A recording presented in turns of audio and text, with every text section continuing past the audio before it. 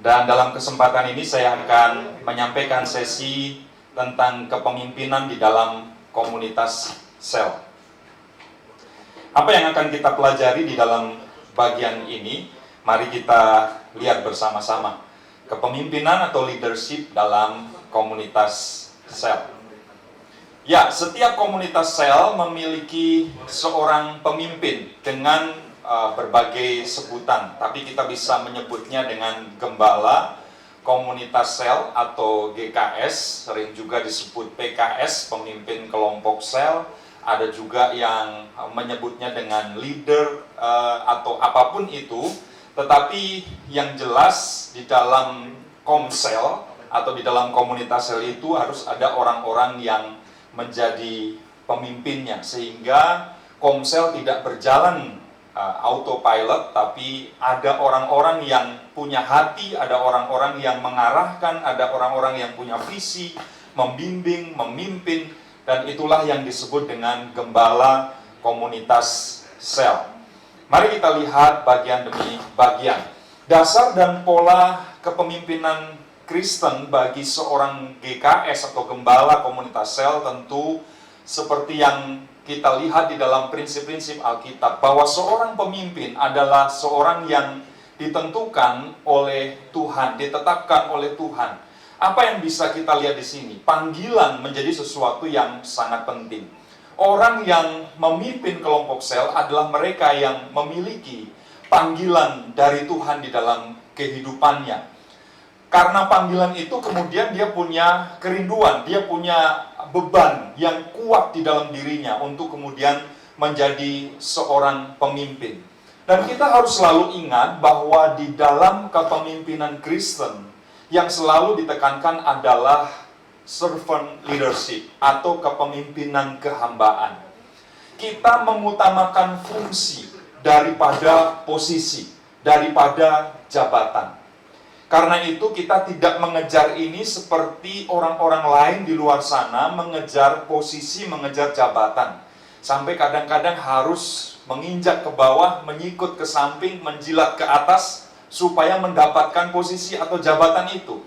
Ini adalah sebuah panggilan kehormatan dari Tuhan yang ada bagi setiap kita, para trainers, yang ada bagi setiap kita, yang kita dapatkan melalui panggilan di dalam pengalaman pribadi kita masing-masing, yang membuat kita kemudian terjun ke dalam penyerahan diri kita sebagai seorang gembala komunitas sel. Jadi yang paling penting adalah fungsinya, bukan posisinya. Karena itu kita tidak perlu membuat kartu nama yang di dalamnya mencantumkan gelar kita sebagai gembala kelompok sel. Kita tidak perlu jabatan itu kita sampaikan kepada siapapun sebagai sebuah kebanggaan dalam arti, ini loh saya punya posisi, ini loh saya punya jabatan. Tapi ini adalah sebuah hal yang harus kita hidupi dan kita fungsikan sedemikian rupa sehingga orang-orang yang kita pimpin, orang-orang yang kita mentori, orang-orang yang kita gembalakan adalah mereka yang kemudian juga akan mengikuti langkah dan jejak kita berikutnya. Pola kepemimpinan Kristen yang alkitabiah adalah pelayanan yang penuh dengan kerendahan hati, seperti yang ditunjukkan, diteladankan, diajarkan oleh Tuhan Yesus sendiri. Yesus mengajar kita bahwa pelayanan kepemimpinan ini dikerjakan dengan kasih, bukan dengan semangat untuk memerintah, bukan dengan semangat untuk menjadi atasan, bukan dengan semangat untuk menjadi otoriter di kemudian hari, menunjuk bosi dan selanjutnya dan hal-hal semacam itu. Tapi kepemimpinan ini adalah hal yang harus kita kerjakan dengan dasar kasih kita kepada orang-orang yang kita pimpin.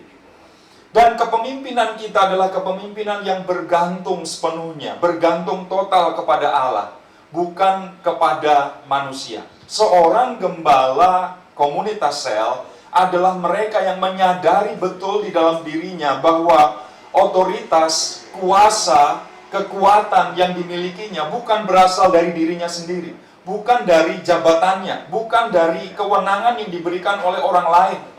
Tetapi kekuatan kita sebagai seorang gembala komunitas sel berasal dari Tuhan sendiri. Karena itu tujuan akhirnya adalah untuk mempermuliakan Tuhan.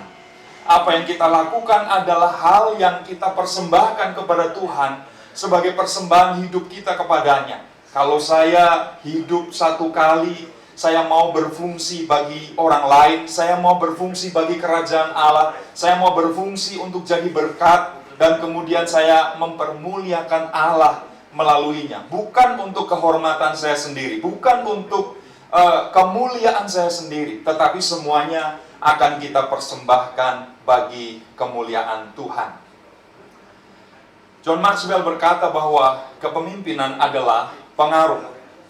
Karena itu ketika kita menjadi seorang pemimpin, maka kita sedang membuat pengaruh bagi orang lain, menyebarkan influence bagi orang lain, menjadi dampak bagi orang lain. Karena itu pendekatan kita sekali lagi bukan kekuasaan. Pendekatan kita bukan kursi jabatan. Bukan karena kita punya kuasa di situ sehingga kita bisa membuat orang lain bergerak. Tapi pengaruh yang kita lakukan atau yang kita berikan adalah sesuatu yang berdasarkan karakter kita sebagai seorang gembala komunitas sel. Itu sebabnya keteladanan menjadi penting di dalam bagian ini, Bapak, Ibu, dan Saudara. Apa karakter dan sikap seorang gembala komunitas sel yang harus kita miliki bersama-sama? Yang pertama, gembala komunitas sel adalah seorang yang harus mengasihi Allah. Sekali lagi, pondasinya, dasarnya, dia harus berangkat dari sebuah kasih yang murni, yang tulus kepada Allah. Matius 22 menyebutkan bahwa hukum yang utama, hukum yang terutama adalah kasihilah Tuhan Allahmu. Dan dengan kasih itu, kita membangun komunikasi dengan Tuhan. Kita berhubungan secara pribadi dengan Tuhan sebagai seorang pemimpin. Karena apa yang kita lakukan adalah bentuk kasih kita kepada Tuhan. Seorang gembala komunitas sel yang mengasihi Tuhan akan membangun kehidupan doa pribadinya. Seperti yang dicontohkan oleh Tuhan Yesus dalam Markus 1 ayat 35, Lukas 6. Bagaimana pagi-pagi benar Yesus memulai aktivitasnya dengan membangun hubungan pribadi dengan Tuhan. Bahkan ketika malam hari, tengah malam, dia pun berdoa, dia pun membangun komunikasi yang intim, yang dekat dengan Tuhan di dalam doa-doanya. Karena itu pilihan untuk mengasihi Tuhan adalah sesuatu yang harus dimiliki oleh seorang gembala komunitas sel, dan dengan itu kemudian dia menjalin hubungan yang makin intim dengan Tuhan. Dia berbicara kepada Tuhan melalui doanya. Dia berkeluh kesah kepada Tuhan melalui doanya. Dia menutup pintu hubungan pribadinya dengan Tuhan, berkeluh kesah mencurahkan segala isi hatinya kepada Tuhan di dalam doa. Dan kemudian Tuhan menyatakan kehendaknya, rencananya, arahannya, petunjuknya melalui firman Tuhan yang direnungkan oleh seorang gembala komunitas sel. Dia merenungkan firman Tuhan, dia mempelajari kebenaran Tuhan, dia merindukan itu sebagai sesuatu yang terus-menerus terjadi di dalam hidupnya, sehingga dia memiliki kekayaan rohani yang pada akhirnya, pada gilirannya nanti akan disampaikan kepada setiap orang yang dia gembalakan di dalam kelompok selnya. Gembala komunitas sel adalah seorang yang selain mengasihi Tuhan melalui doanya, saat teduhnya, perenungan firman-Nya, tetapi juga dia adalah seorang yang mengasihi sesamanya. Hukum yang kedua yang sama dengan yang tadi adalah kasihilah sesamamu manusia. Seorang gembala komunitas sel sedang menjalin hubungan dengan sesamanya, sedang menjalin hubungan dengan manusia yang lain. Karena itu dia tidak mungkin menjadi seorang pemimpin yang berhasil, menjadi seorang pemimpin yang efektif, menjadi seorang pemimpin yang berdampak makin luas kalau dia tidak memiliki kasih kepada sesama. Yang ketiga, berikutnya di dalam bagian ini kita bisa lihat dalam 1 Petrus 5 ayat 1-4. Apa yang bagian ini ajarkan, atau apa yang kasih terhadap sesama ini akan diuraikan di dalam bagian ini. 1 Petrus 5 ayat 1-4 ini adalah pesan Rasul Petrus kepada penatua-penatua, kepada mereka yang menggembalakan untuk melaksanakan tugas itu dengan beberapa kriteria berikut. Seorang yang mengasihi sesama, seorang GKS yang mengasihi orang lain, seharusnya dia menjadi seorang bapa rohani, menjadi seorang mentor bagi setiap anggota komunitas selnya.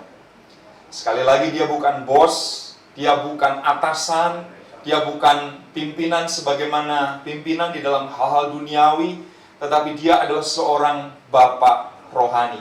Dia adalah seorang mentor yang membagikan hidupnya bagi anggota komunitas selnya. Dia juga adalah seorang yang memimpin bukan dengan keterpaksaan, tetapi dengan kerelaan sesuai dengan kehendak Allah. Yang dia pertama-tama cari adalah kehendak Allah, panggilan Allah untuk memimpin. Karena itu dia harus memimpin dengan dasar ini. Bukan karena terpaksa. Karena dipaksa oleh gembala sidang, karena dipaksa oleh gembala area, karena dipaksa oleh siapapun yang ada di gereja untuk memimpin. Akhirnya dia mau nggak mau melakukan itu, tetapi dengan keterpaksaan. Alkitab menyatakan bahwa seorang GKS yang mengasihi sesamanya adalah mereka yang melakukan tugas dan panggilan itu dengan kerelaan, bukan dengan keterpaksaan. Kalau orang terpaksa, dia nggak akan sampai pada garis akhir. Kalaupun sampai pada garis akhir, dia akan menjadi seorang pemimpin yang tidak efektif. Dia akan asal-asalan mengerjakannya. Yang penting ada, yang penting hadir. Nggak peduli ini adalah sesuatu yang betul-betul berdampak atau tidak. Pokoknya saya sebenarnya nggak mau ada di situ. Kita yang hadir atau yang ikut di dalam pertemuan ini, saya percaya bukanlah orang-orang yang terpaksa untuk menjadi seorang gembala komunitas sel, tetapi kita memberikan hidup kita dengan kerelaan untuk kemuliaan Tuhan. Memimpin dengan tidak mencari keuntungan, tetapi dengan pengabdian diri. Memimpin dengan melayani setiap anggota komunitas sel. Kita menjadi seorang GKS bukan karena ada sesuatu yang akan kita ambil sebagai keuntungan pribadi. Kira-kira anggota komunitas sel saya ada yang bisa membantu sesuatu di dalam hidup keseharian saya atau enggak ya? Ada keuntungan secara pribadi yang akan saya dapatkan atau tidak ketika saya mengiyakan panggilan sebagai seorang GKS ini atau enggak ya? Keuntungan finansial apa yang akan saya dapat dari sini? Dan kemudian pikiran-pikiran yang lain yang kemudian membuat hati nurani kita menjadi tidak murni lagi. Alkitab berkata seorang GKS adalah dia yang mengabdikan dirinya. Kita tahu arti pengabdian, kita tahu arti penyerahan total kepada Tuhan. Dan kita juga percaya bahkan hidup di dalam iman seperti itu.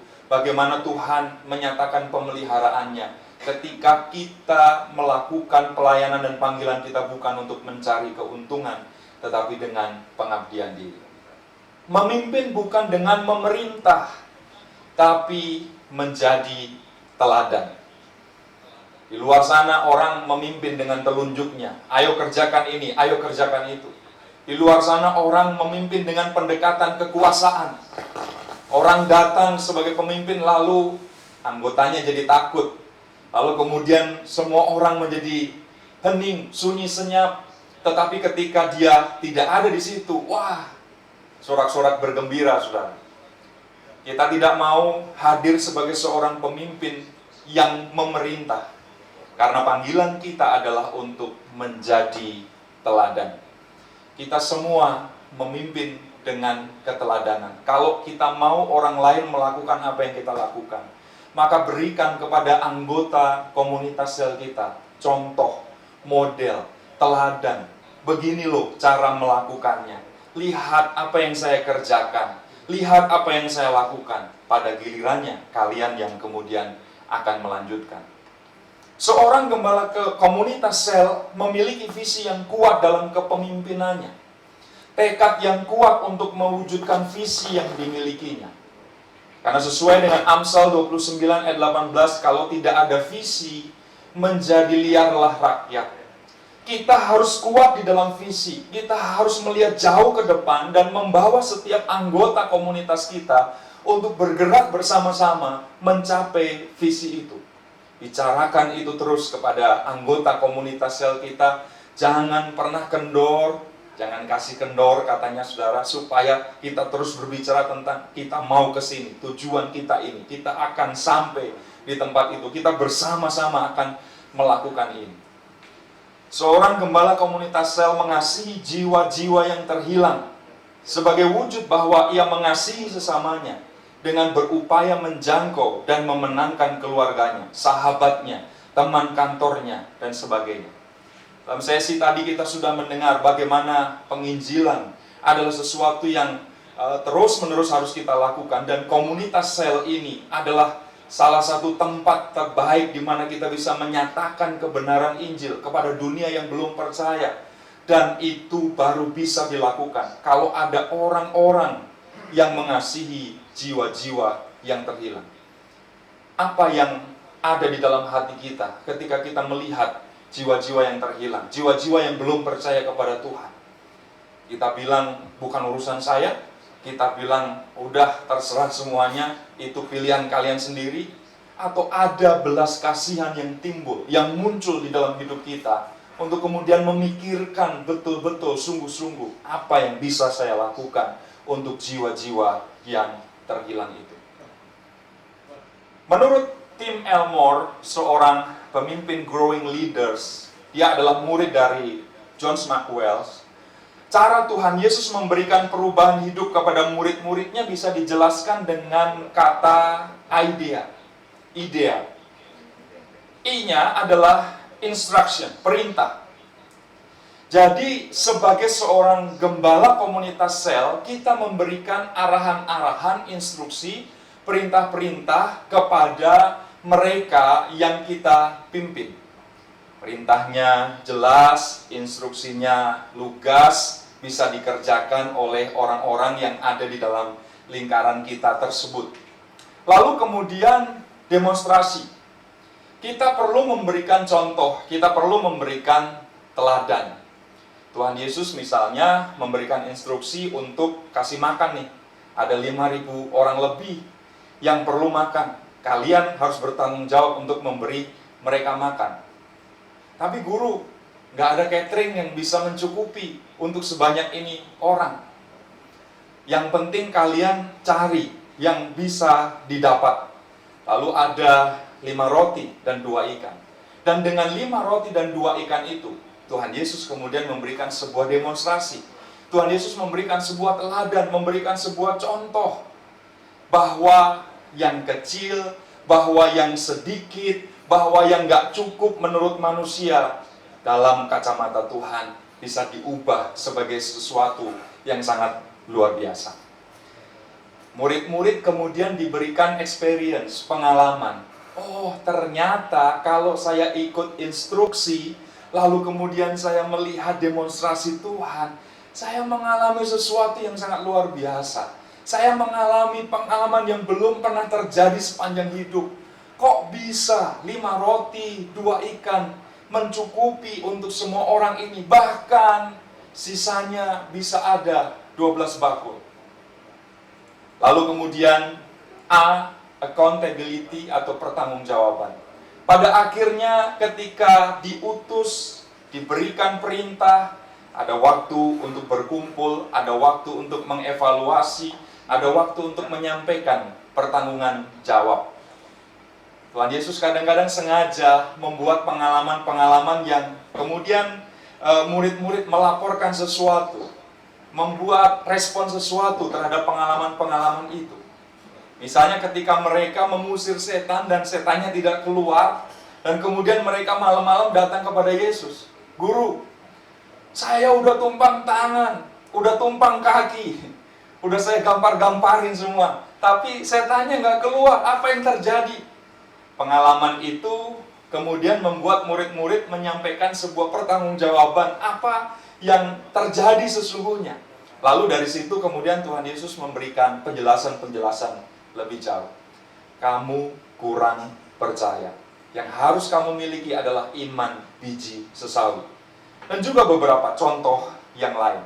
Karena itu kepada anggota komunitas sel kita, mari kita juga memberikan hal-hal yang sama seperti yang disampaikan oleh Tuhan Yesus melalui prinsip ini. Karena kita harus memberikan instruksi secara sengaja, mengundang orang tertentu untuk memimpin doa misalnya. Doa pembuka ya, nanti ya, untuk minggu depan. Lalu dia udah mulai siapin, nggak apa-apa. Bikin catatan dulu sambil dibaca juga nggak apa-apa. Lalu kemudian hari ini sebelum nanti kamu praktek minggu depan, lihat doa pembukaan akan dipimpin oleh si A. Kamu lihat ya, seperti ini polanya. Lalu kemudian minggu depan dia memiliki pengalaman. Dan kemudian kita tanya, gimana? Udah doa pembukaan? Waduh, keringat dingin. Wah, deg-degan, nervous. Sesuatu yang sangat umum, sangat wajar terjadi bagi orang-orang yang mengalami sesuatu itu pertama kali di dalam hidupnya. Dan akhirnya kemudian dia akan memiliki tanggung jawab di dalam hidupnya. Nggak apa-apa Pak, hari ini saya nervous, hari ini saya deg-degan, hari ini saya grogi banget. Tapi ke depan saya akan lebih baik. Mari kita lakukan ini untuk membimbing, memimpin, mementori mereka yang ada di dalam komunitas sel kita. Seorang gembala komunitas sel adalah seorang yang dapat memotivasi anggota komunitas selnya. Rohnya senantiasa menyala-nyala. Dan karena rohnya menyala-nyala, maka kemudian dia melayani dengan semangat itu. Sudah tentu tahu bahwa ada kata antusiasme. Dari mana kata itu berasal dari istilah entheos, di dalam theos Tuhan. Jadi seorang yang ada di dalam Tuhan atau Tuhan ada di dalam dirinya akan memiliki antusiasme, akan memiliki semangat. Bayangkan kalau kita menerima tugas ini hanya sebagai kewajiban semata-mata, di tengah jalan kita kendor, di tengah jalan kita turun karena berbagai macam persoalan yang kita temukan di dalam komunitas sel yang kita pimpin. Lalu akhirnya kita loyo, akhirnya kita lesu, akhirnya kita meninggalkan semuanya itu, akhirnya kita nggak mau bertanggung jawab dengan semuanya.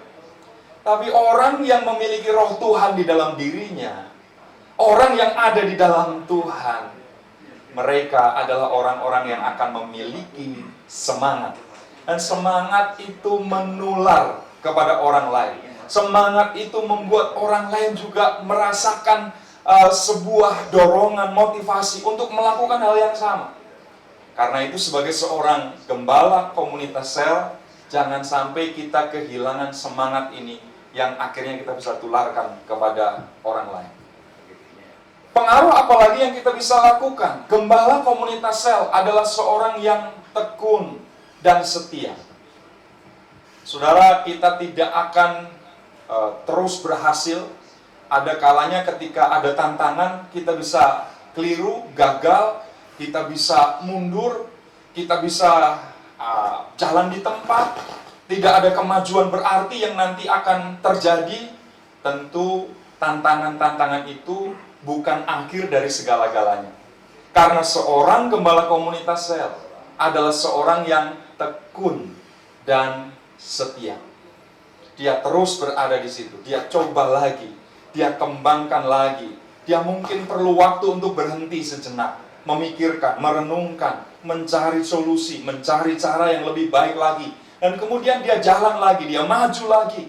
Mungkin jatuh lagi, mungkin gagal lagi, tapi dia terus mencoba, dia tekun, dia setia, dia tidak meninggalkan panggilan itu. Kebayangkan kalau kita menjadi orang yang sekali gagal terus, ini bukan panggilan saya, kehendak Tuhan berbeda, ini bukan tempat yang tepat untuk saya seharusnya ada di divisi yang lain, saya seharusnya ada di bentuk pelayanan yang lain, ini bukan saya, bukan untuk saya.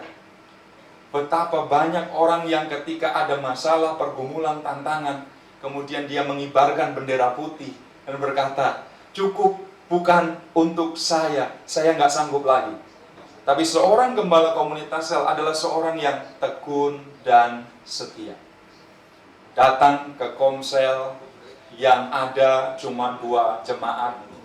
Itu pun orang yang mungkin sudah lansia, tapi seorang gembala komunitas sel tetap tekun melayani, tetap setia melayani. Minggu depannya yang datang cuma 1, minggu depannya lagi mungkin nggak ada yang datang.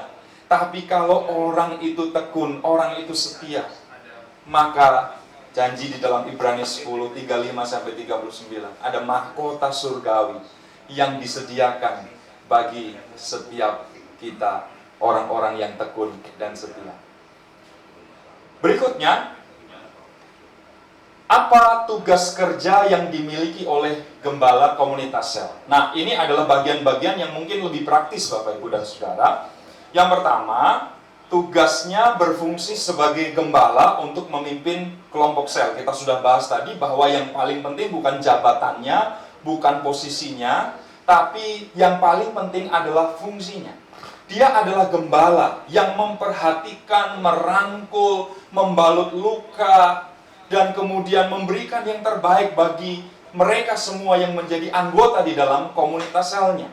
Hadirlah sebagai seorang gembala, bukan sebagai seorang pemimpin yang menggunakan jari telunjuk untuk menggerakkan semuanya.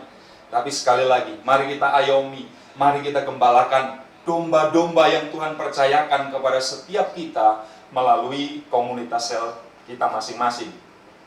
Ketika dia menggembalakan komunitas selnya, dia memiliki hati Bapa. Dia adalah seorang yang menjadi Bapa rohani, memiliki visi, target agar komunitas selnya dapat berkembang, bermultiplikasi, menjadi semakin banyak. Seorang Bapa merindukan multiplikasi terjadi di dalam komunitas selnya. Dia juga adalah seorang gembala yang memuridkan dan memperlengkapi anggotanya, juga mengarahkan anggotanya untuk dapat menjangkau jiwa. Seorang gembala juga adalah seorang yang memimpin diskusi dan mengizinkan sesama anggotanya untuk saling melayani satu dengan yang lain. Beri kesempatan kepada orang-orang yang punya potensi untuk memimpin diskusi juga. Beri contoh, beri arahan-arahan, beri pelatihan-pelatihan, kasih mereka bahan-bahan dan cara-cara praktis, cara-cara sederhana di dalam komunitas sel, supaya mereka juga dapat melakukan hal yang kita lakukan. Ingat, kita tidak bisa selama-lamanya berada di tengah-tengah mereka. Ada kalanya kita mungkin berhalangan atau ada sesuatu yang membuat kita tidak bisa hadir di tengah-tengah mereka. Tapi orang yang pengaruhnya sudah membekas, pengaruhnya sudah didapatkan oleh setiap anggota komunitasnya, dia ada atau enggak, pasti semuanya akan tetap bisa berjalan. Karena fungsi-fungsi ini sudah berjalan dengan baik, sudah dilatih, sudah dibiasakan. Kalau dia nggak bisa pimpin diskusi, ada orang lain, ada orang kedua, ada orang ketiga, ada orang keempat yang bisa melakukan itu, dan semuanya bisa berjalan dengan baik. Dia mengajak semua anggota komunitas sel untuk berkomitmen di dalam doa. Ada waktu-waktu di mana doa dilakukan di dalam kelompok sel. Beberapa hari yang lalu saya ada pertemuan malam, dan kemudian rupanya ada beberapa peserta dari pertemuan melalui Zoom itu yang memang sudah memiliki komitmen untuk berdoa setiap jam 9 malam dengan anggota komselnya. Maka kemudian dia izin supaya dia leave meeting terlebih dahulu, karena ini sudah menjadi sesuatu yang kami lakukan setiap malam. Jadi meeting belum selesai jam 9 malam, dia izin dulu. Nanti kalau meeting masih berlangsung, kita join lagi. Saya mengagumi orang-orang yang luar biasa seperti itu, punya komitmen untuk berdoa. Saya harus hadir, saya harus memimpin orang-orang yang ada di dalam kelompok sel saya. Dia juga adalah menjaga diri sendiri dalam berjalan bersama Tuhan, dan juga menjadi teladan. Paulus berkata kepada Timotius, awasilah dirimu sendiri dan awasilah ajaranmu. Dia menjaga orang lain, tapi tidak lupa untuk menjaga dirinya sendiri. Dia harus tetap memiliki kekuatan di dalam Tuhan, supaya dia juga bisa menjaga orang lain pada akhirnya.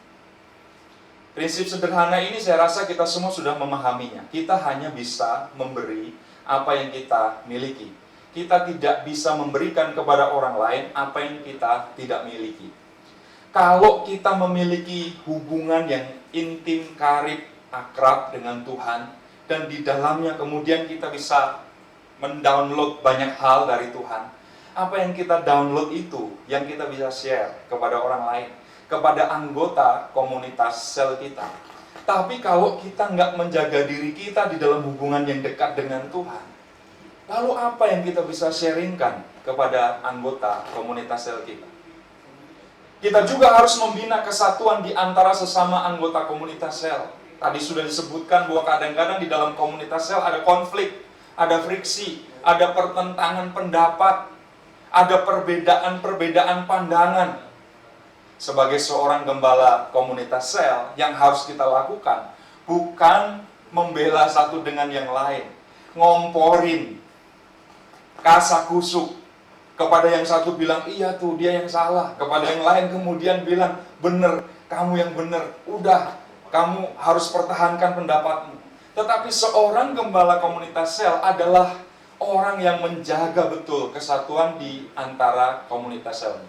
Kalau ada pergumulan, kalau ada friksi, kalau ada masalah, kalau ada silang pendapat, selesaikan dengan segera. Saya punya pengalaman ketika ada di dalam kelompok sel, ada satu keluarga yang pasangan suami istri yang berseteru di komsel. Jadi apa yang dia alami di rumah, dia bawa ke pertemuan komsel. Jadi masih marahan, masih konflik dan belum ada perdamaian.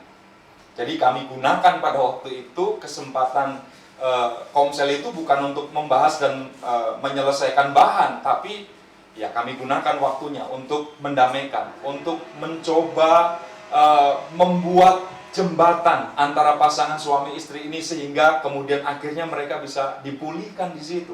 Mereka nangis bersama, mereka berangkulan bersama, dan ada sesuatu yang indah terjadi. Dan ada sukacita yang luar biasa dari seorang gembala komunitas sel kalau bisa menjaga kesatuan hati antar anggotanya. Dia juga adalah seorang yang membantu proses jalannya pemuritan di antara anggota komunitas sel sehingga berjalan dengan baik. Dia juga mengembangkan anggota komunitas selnya untuk dapat memiliki kerohanian, karakter yang baik, sehingga komunitas sel yang dipimpinnya bisa menghasilkan pemimpin-pemimpin baru. Sebuah sukacita yang luar biasa kalau kemudian dari komunitas sel yang kita gembalakan lahir pemimpin-pemimpin baru, lahir orang-orang berpotensi, lahir orang-orang yang nanti kemudian akan melakukan hal yang sama, bahkan hal-hal yang jauh lebih besar daripada yang kita lakukan. Saya kagum dengan Tuhan Yesus karena dia nggak pelit dengan apa yang dia miliki. Dia mengatakan, kalau kamu percaya, kamu bisa melakukan hal-hal yang lebih besar daripada yang aku lakukan. Mana ada pemimpin dunia seperti itu, saudara? Di dunia persilatan aja nggak semua hal diberikan kepada muridnya, kan? Karena nanti kalau diberikan semuanya, muridnya bisa kurang ajar. Tapi Tuhan Yesus mengatakan, kalau kamu percaya, kamu bisa melakukan hal-hal yang lebih besar daripada hal-hal yang aku lakukan. Tuhan Yesus tidak merasa insecure, dia nggak merasa nggak aman dengan ketika murid-muridnya melakukan sesuatu yang lebih besar. Tetapi ada sebuah kebanggaan yang luar biasa yang bisa kita miliki kalau ada orang lain yang kita muridkan, yang ternyata nanti komselnya jauh lebih berkembang daripada yang kita miliki. Setidaknya kita berkata, beberapa waktu yang lalu dia adalah orang yang berada bersama-sama dengan tim saya. Sekarang luar biasa, sudah bisa berkembang. Saya ada sesuatu yang saya tanamkan di dalam kehidupan orang itu. Berikutnya, membimbing calon gembala komunitas sel yang baru. Ini berbicara tentang mengembangkan calon pemimpin baru. Dia menyiapkan calon komunitas sel, gembala komunitas sel yang baru, dan para anggota komunitas sel untuk multiplikasi di masa yang akan datang. Bisa melakukan pemetaan, bisa melakukan perencanaan-perencanaan bersama. Kira-kira wilayah mana yang akan kita sasar, wilayah mana yang akan kita jangkau, Siapa orang yang akan bertanggung jawab di sana? Kita semua melakukan itu. Memilih dan mencalonkan gembala komunitas sel yang baru dan juga pemimpin-pemimpin di atasnya. Lalu memberikan tugas kepada calon gembala komunitas sel yang baru itu dalam rangka melatihnya. Teori-teorinya udah kita kasih, contoh-contohnya sudah kita berikan kepada dia. Tiba waktunya kemudian untuk memberikan kepadanya pengalaman-pengalaman yang baru. Lalu kita juga mengajar dan memberi contoh kepada calon gembala komunitas sel yang baru tentang bagaimana caranya memimpin komsel, bagaimana caranya membawakan pembelajaran atau sharing firman Tuhan, bagaimana nanti bermultiplikasi, dan seterusnya. Kita perlu memberikan pengajaran-pengajaran yang benar kepada mereka, mengawasi kawanan domba Allah ini supaya mereka tidak disesatkan. Hati-hati sekarang ini dengan semangat indahnya berbagi, biasanya berseliweran hal-hal yang tidak alkitabiah, hal-hal yang menyimpang, hal-hal yang sesat di grup-grup WA dari kelompok sel yang kita gembalakan. Karena itu dia harus melatih, dia harus mengajar, dia harus memberikan contoh kepada calon gembala kelompok sel yang baru ini untuk bagaimana mengatasi hal-hal tersebut. Yang berikutnya melaksanakan dan mengatur sistem pemuritan di dalam komunitas sel. Sistem ini mungkin sudah ditetapkan bersama di gereja lokal kita masing-masing. Yang ketiga, menjadi penghubung utama antara anggota komunitas sel dengan gembala jemaat dan juga dengan gereja lokal. Beberapa fungsi ini bisa diperhatikan. Pertama, menyerahkan laporan mingguan dan juga laporan persembahan atau kolekte komunitas sel kepada pihak yang ditunjuk oleh gereja lokal. Ya, ada komunitas-komunitas sel tertentu yang tidak melakukan persembahan atau kolekte, tapi mungkin untuk hal-hal tertentu biasanya yuk kita iuran, yuk kita kenceleng kalau kata orang Sunda ya. Yuk kita ngumpulin uang. Tapi ini bukan sesuatu yang sifatnya rutin, hanya ketika diperlukan. Ya, supaya tidak membuka celah atau membuka pintu untuk hal-hal yang ya diselewengkan nanti berkaitan dengan keuangan ini, karena ini adalah hal yang sangat sensitif. Tapi akan kembali ke kebijakan dari gereja lokal Bapak, Ibu, dan Saudara masing-masing. Apakah memang ada persembahan atau tidak? Kalau ada persembahan, maka kemudian pelaporannya harus dilakukan dengan tertib, harus dilakukan dengan terbuka.